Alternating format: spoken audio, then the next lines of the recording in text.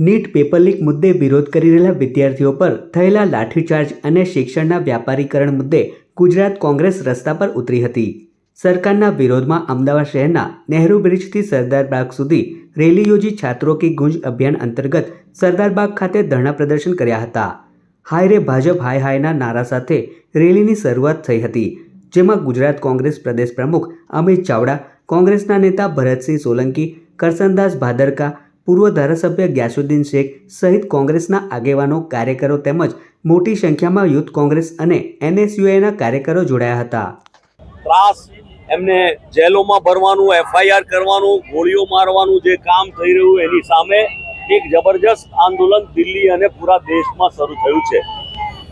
શિક્ષણ મંત્રીનું તો રાજીનામું લેવાની એમને ફરજ પડી, પણ એ પછી પણ યુવાનો છાત્રાઓ પર એમણે જુલમ કરવાનું ચાલુ રાખ્યું। આ દેશના લોકતંત્રમાં લોકસભામાં વિપક્ષના નેતા અને સૌના નેતા રાહુલજી એ માટે વારંવાર યુવાઓના પ્રશ્નો, ખેડૂતોના પ્રશ્ન, જે પ્રકારે સરકાર એમની સામે જુલમ કરી રહી છે ત્યારે ન્યાય અપાવવા માટે પ્રયત્ન કર્યો, ત્યારે એમની સાથે પણ દુર્વ્યવહાર, લાઠીચાર્જ અને એ કરવામાં આવ્યું, MPO પર કરવામાં આવ્યું અને એના કરતાં સવિશેષ યુવા યુવતીઓ જે છાત્રો હતા એના પર જુલમ જ્યારે કર્યો હોય ત્યારે એની સામેની માંગમાં કોણ જવાબદાર, કોણે ગોળીબારનો હુકમ કર્યો, કોણે લાઠીચાર્જનો હુકમ કર્યો, કોણે FIR કરીને યુવાનોને શાંતિપૂર્ણ આંદોલન કરતા રોકવાનો પ્રયત્ન કર્યો, ત્યારે એનો જવાબ નહીં આપીને ગૃહમંત્રી ઉપરથી દાદાગીરી પૂર્વક આ જુલમ ચાલુ રાખતા હોય ત્યારે સ્વાભાવિક રીતે છાત્રોના સમર્થનમાં, યુવાઓના સમર્થનમાં કોંગ્રેસ પાર્ટી, અમારા નેતા રાહુલજી અને અમે સૌએ દેશના લોકો અને કાર્યકર્તાઓએ નક્કી કર્યું કે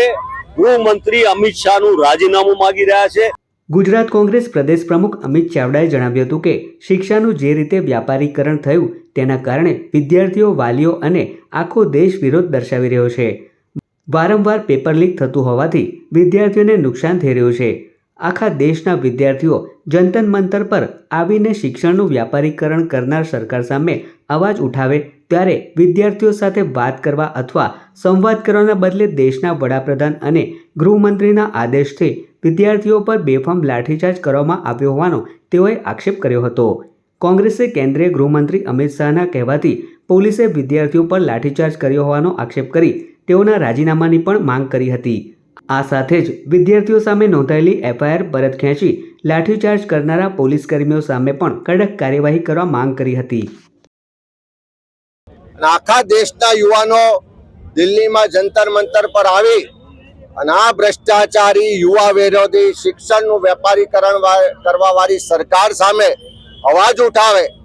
પેપર લીક વારે થાય છે એના માટે જે શિક્ષા મંત્રી જવાબદાર છે એનું રાજીનામું માગે, ત્યારે એ છાત્રોની સાથે વાત કરવાને બદલે, એની સાથે સંવાદ કરવાને બદલે એ વિપક્ષના નેતા રાહુલજી ખડગે સાહેબ વડાપ્રધાન આવાસની બહાર ધરણા કરે, તેમ છતાં સમસ્યાનું સમાધાન કરવાને બદલે જે દેશના વડાપ્રધાન ને ગૃહમંત્રીના આદેશથી દિલ્હીમાં છાત્રો પર અત્યાચાર થયો, બેફામ લાઠીચાર્જ થયો, ટીયર ગેસ છોડવામાં આવ્યા, બહેન દીકરીઓ સાથે ખૂબ બર્બરતાપૂર્વક એને અત્યાચાર કરવામાં આવ્યો, બિહારમાં AK-47 થી ગોળીબાર થાય, દિલ્હીમાં પેલેટ ગન ચલાવવામાં આવે અને એની સામે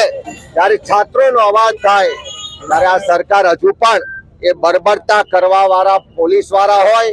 કે એનો આદેશ આપવા વાળા જનરલ ડાયર અમિત શાહ હોય એની સામે કોઈ કાર્યવાહી કરતી નથી। જે મારવામાં આવ્યા છે, માથા ફોડવામાં આવ્યા છે, ગોળીઓ ચલાવવામાં આવી છે, એનો આદેશ આપનાર જનરલ ડાયર અમિત શાહનું રાજીનામું લેવામાં આવે